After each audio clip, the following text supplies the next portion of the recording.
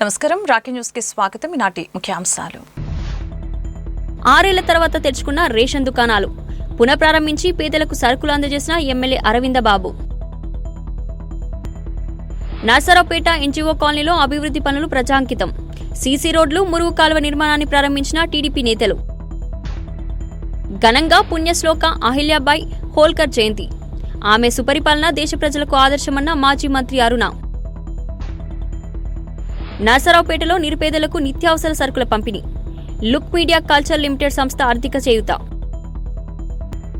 ప్రపంచ సైకిల్ దినోత్సవాన్ని పురస్కరించుకుని mega cycle event. Narasaraopet stadium వద్ద కోలాహలంగా ప్రారంభమైన సైకిల్ ర్యాలీ.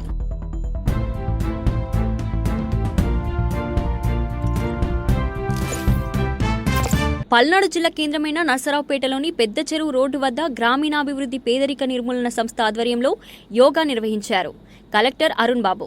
జిల్లా గ్రామీణాభివృద్ధి పేదరిక నిర్మూలన సంస్థ ప్రాజెక్ట్ డైరెక్టర్ ఝాన్సీరాన్తో పాటు వివిధ శాఖల అధికారులు తదితరులు యోగా సాధన చేశారు.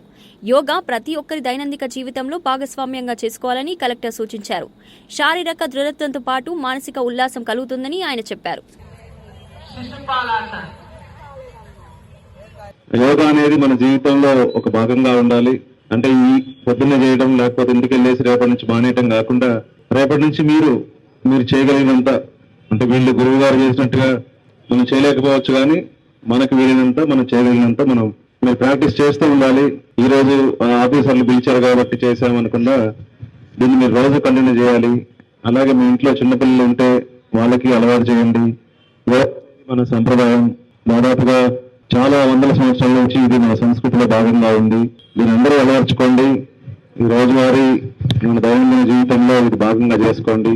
మీరు ఆరోగ్యంగా ఆనందంగా ఉండాలంటే ఇలాంటి యోగా రోజుకి 30 నిమిషాల పాటు చేస్తే మీ ఆయుష్ పెరుగుతుంది, మీ ఆరోగ్యం.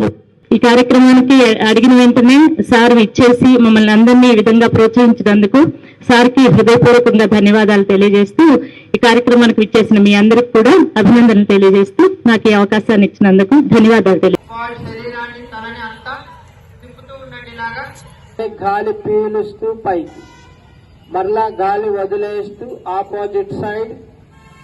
ఇప్పుడు గడ్డాన్ని పక్కకు తిప్పుదాం. ఇప్పుడు పక్కకు వచ్చాక ఇప్పుడు తిప్పుదాం. గాలి వదులుతూ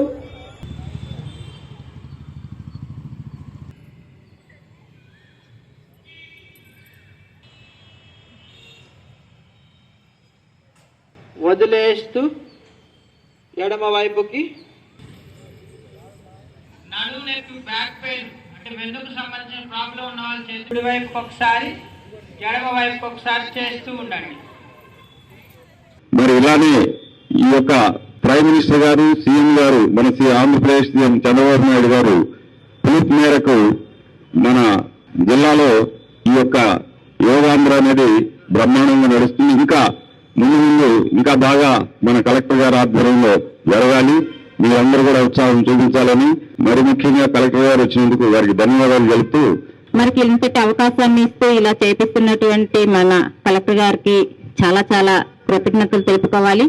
మరి ఇంతటి ఆనందాన్ని పొందుతున్నామనంటే అందరికీ దక్కదు. ఇక్కడికి వచ్చిన వాళ్లే కాకుండా ఇంకా కూడా మీరు మోటివేషన్ చేసి ఇలా యోగా చేసుకుంటే ఎంతో ఆనందమైన జీవితాన్ని జీవించగలుగుతాము.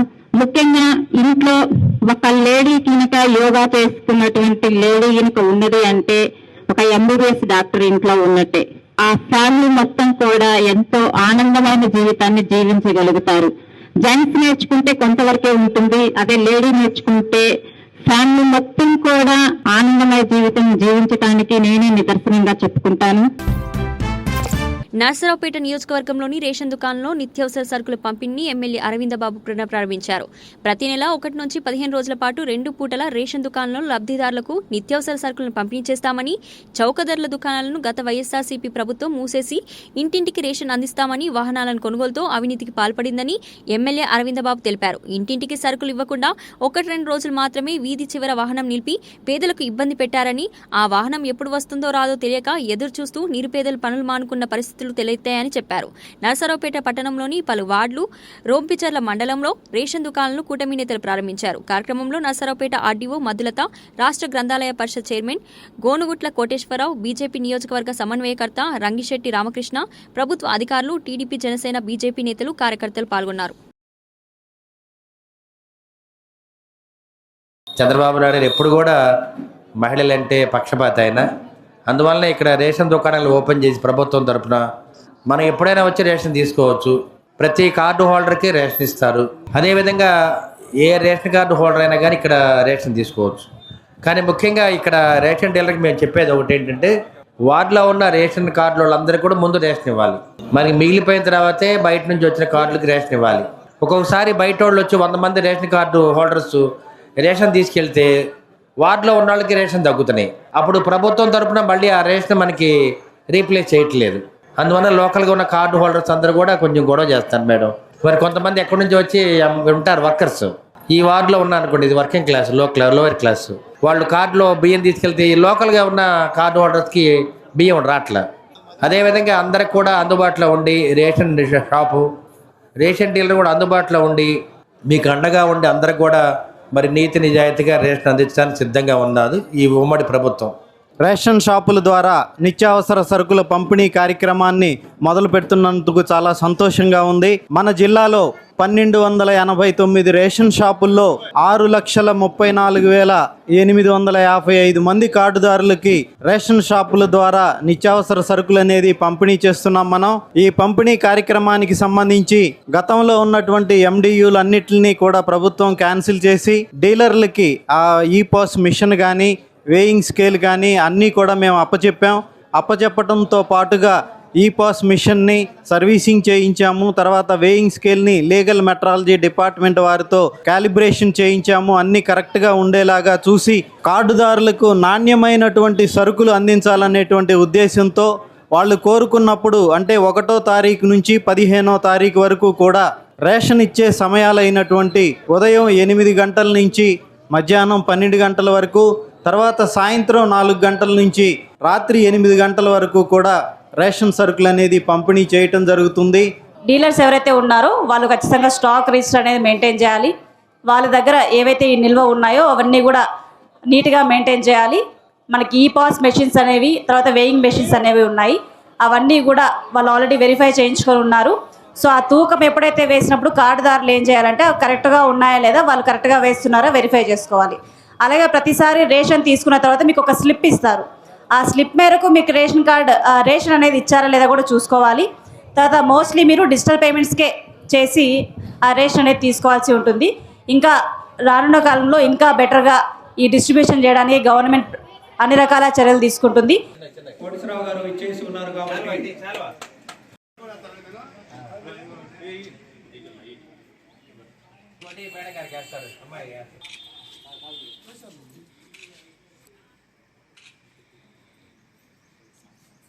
ఓకేనా?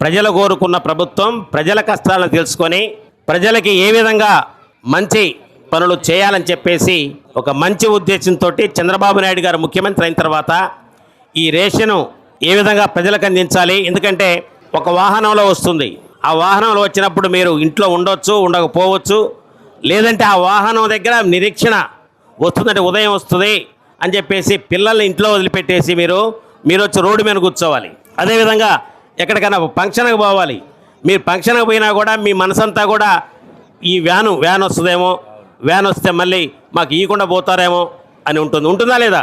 ఇటువంటి విషయాలన్నీ తెలుసుకొని చంద్రబాబు నాయుడు గారు అదేవిధంగా పవన్ కళ్యాణ్ గారు ప్రజలకి అనుకూలంగా ఉండే విధంగా మన ఎమ్మెల్యే గారు కూడా ఈ విధంగా ఉంటే బాగుంటుందని చెప్పేసి వారు కూడా శాసనసభలో కూడా చెప్పడం జరిగింది.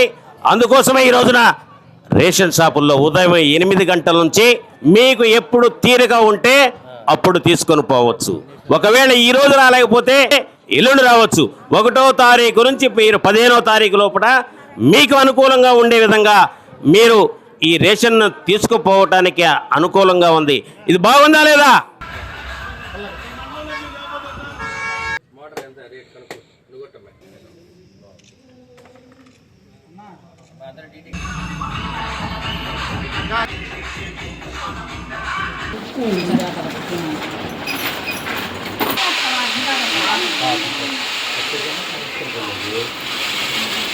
ఆనాడు పేదలకు పట్టెడన్నం అనే నినాదంతో ప్రజల్లోకి వచ్చారు ఎన్టీఆర్ గారు.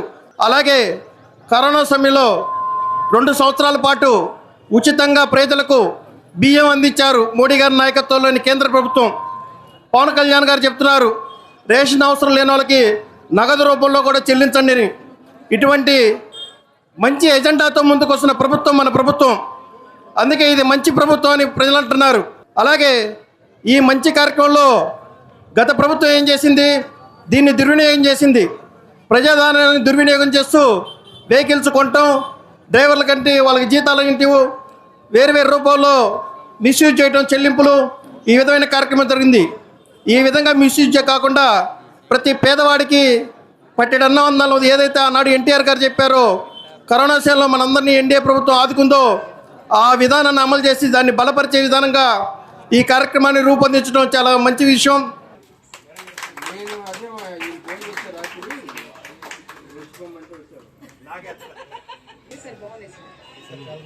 చంద్రబాబు గారి నాయకత్వం, చంద్రబాబు గారి నాయకత్వం.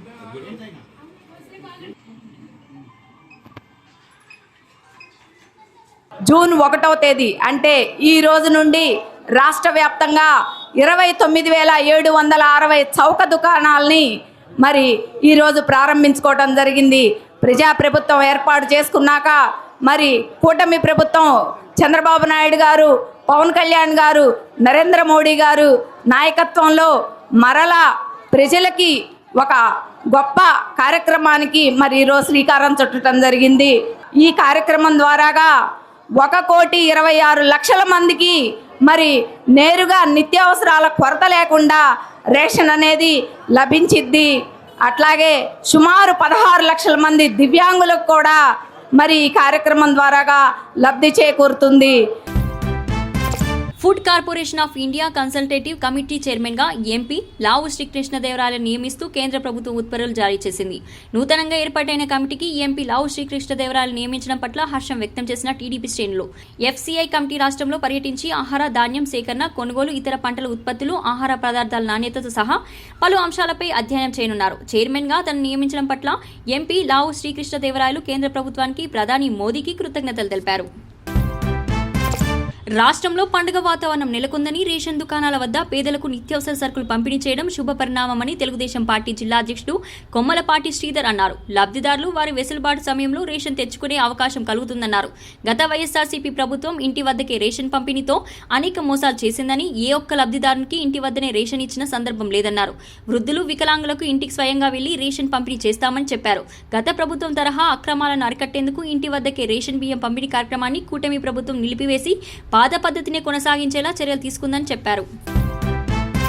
నర్సరావుపేట పట్టణం ఎన్జీఓ కాలనీలో పురపాలక సంఘం నిధులు 14.82 లక్షల రూపాయల వ్యయంతో నిర్మించిన సీసీ రోడ్లు, మురుగు కాలువల నిర్మాణ పనులను ఎమ్మెల్యే అరవిందబాబు, రాష్ట్ర గ్రంథాలయ పరిషత్ చైర్మన్ గోనుగుంట్ల కోటేశ్వరరావు, తెలుగుదేశం పార్టీ రాష్ట్ర కార్యనిర్వాహక కార్యదర్శి నల్లపాటి రామచంద్ర ప్రసాద్ ప్రారంభించారు. అసౌకర్యాలతో 2 దశాబ్దాలుగా తాము ఎదుర్కొంటున్న ఇబ్బందులను కూటమి సర్కార్ తీర్చిదిద్దిందని ఎన్జీఓ కాలనీ ప్రజలు ఎమ్మెల్యే అరవిందబాబుకు కృతజ్ఞతలు తెలిపారు. కార్యక్రమంలో టీడీపీ నాయకులు, కార్యకర్తలు పాల్గొన్నారు. లోకమాత పుణ్యశ్లోక అహిల్యాబాయి హోల్కర్ 3 శతాబ్దాల జయంతి ఉత్సవాలను ఘనంగా నిర్వహించారు. నరసరావుపేట శ్రీ వాసవి కళ్యాణ మండపంలో జిల్లా అధ్యక్షులు ఏలూరి శశికుమార్ అధ్యక్షతన సభలో పలువురు వక్తలు పాల్గొని మాట్లాడారు. లోకమాత అహిల్యాబాయి మహారాష్ట్రంలోని మాల్వా ప్రాంతం నుంచి పంజాబ్ వరకు సువిశాలమైన సామ్రాజ్యాన్ని కరువు కాటకాలు లేకుండా, శత్రుభయం లేకుండా 30 ఏళ్లు పాలన చేశారని మాజీ మంత్రి డాక్టర్ శనక్కాయల అరుణ తెలిపారు. జిల్లా ఇన్ఛార్జ్ కొక్కెర శ్రీనివాస్ యాదవ్ ప్రసంగించారు. కార్యక్రమంలో జిల్లా ప్రధాన కార్యదర్శి, ప్రోగ్రాం కన్వీనర్ హనుమంత్ యాదవ్, జాతీయ కౌన్సిల్ మెంబర్ వల్లెపు కృపారావు, జిల్లా ప్రధాన కార్యదర్శులు రమేష్, హనుమంతరావు, మహిళా మోర్చా జిల్లా అధ్యక్షులు గాయత్రి, అంజనారెడ్డి, నాసరయ్య, నాయకులు, కార్యకర్తలు పాల్గొన్నారు.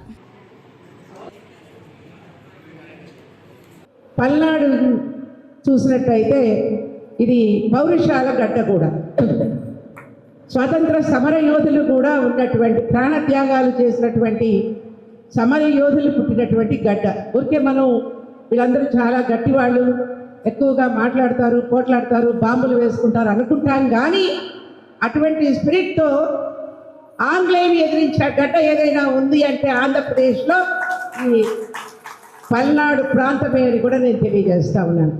అటువంటి ప్రాంతంలో సాయం సమయంలో ఇక్కడికి విచ్చేసినటువంటి ప్రతి ఒక్కరికి మరి సోదరుని అందరికీ కూడా నా నమస్కారాలు, అట్లాగే మీ అందరికీ నా దీవెనలు. నరేంద్ర మోడీ గారు మన ప్రధాని, మహిళలకి ఆయన పరిపాలనలో ఒక విధంగా చెప్పాలంటే స్వర్ణయుగం అనుకోవాలి. ఎక్కడా లేదు, ఏ ప్రపంచంలో ఎక్కడా కూడా మహిళలకి ఇంతగా సాధికారత ఇచ్చినటువంటి నాయకుడు 75 ఏళ్ల జీవితంలో నేను చూడలేదని తెలియజేస్తా ఉన్నాను. ఇప్పటి వరకు కూడా అహల్యాబాయి గారంటే ఎవరో మాకు ఎవరికి కూడా వారి గురించి ఏమి తెలియదు. వారి పేరు కూడా మేము ఇంతవరకు విన్నది లేదు. కాబట్టి మీరు ఇంత పెద్ద సంఖ్యలో వారి యొక్క చరిత్ర గురించి, వారి యొక్క ఔన్నత్యాన్ని గురించి, వారి యొక్క విజయ గాథ గురించి, అంటే ఇక్కడ భారతీయ మహిళలు ఎంతమంది, గతంలో మనకు ఎంతమంది తెలుసు, గతంలో మనం చెప్తే మనకి వేరే మహిళలు, భారతదేశంలో వేరే మహిళల గురించి చెప్పండి అంటే మనం ముందుగా చెప్పేటటువంటి పేరు ఏ విధంగా ఉందంటే ఝాన్సీ లక్ష్మీబాయి పేరు ఇప్పుడు నేను చెప్పాను, ఆల్రెడీ అందరూ అంటానే ఉన్నారు. కానీ వారితో సరి సమానమైనటువంటి వ్యక్తి, అటువంటి వేరే మహిళ మనకి అహల్యాబాయి గారు అంటే మనలో ఎంతమందికి తెలుసు వారి గురించి? మనలో కనీసం మనలోనే కాదు, ఈరోజు మేమందరం స్టేజ్ మీద కూర్చొని మీ అందరికీ చెప్పడానికి మాకు కూడా భారతీయ జనతా పార్టీ కేంద్ర ప్రభుత్వం నరేంద్ర మోడీ గారు ఈ యొక్క కార్యక్రమాన్ని దేశవ్యాప్తంగా కూడా ప్రవేశపెట్టేంత వరకు కూడా రాష్ట్ర స్థాయి స్విమ్మింగ్ పోటీలను నర్సరావుపేట ఎస్ఎస్ఎన్ కళాశాలలో ఎమ్మెల్యే అరవిందబాబు ప్రారంభించారు. ముఖ్య అతిథిగా రాష్ట్ర గ్రంథాలయ పరిషత్ చైర్మన్ గోనుగుంట్ల కోటేశ్వరరావు, కరస్పాండెంట్ కాపలవాయి విజయ్ కుమార్ హాజరయ్యారు. రాష్ట్ర వ్యాప్తంగా వివిధ జిల్లాల నుంచి 150 మంది స్విమ్మర్స్ పోటీలో తలబడుతున్నారని పల్నాడు జిల్లా స్విమ్మింగ్ అసోసియేషన్ సెక్రటరీ సుబ్బారెడ్డి తెలిపారు. ఇందులో గెలుపొందిన విజేతలకు రాష్ట్ర స్థాయి జట్టుగా ఎంపిక చేయనున్నట్లు ఆయన తెలిపారు.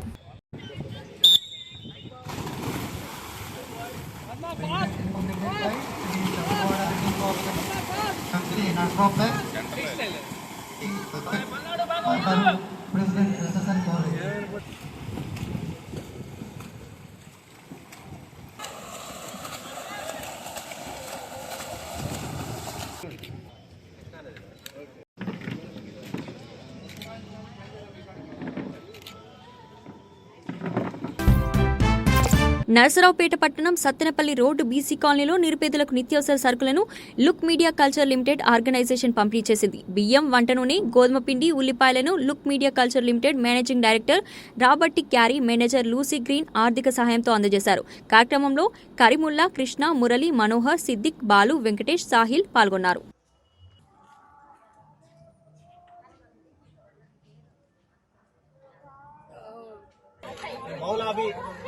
ఓకే ఓకే ఓకే పట్టుకోండి. హలీమా ఓకే షకీలా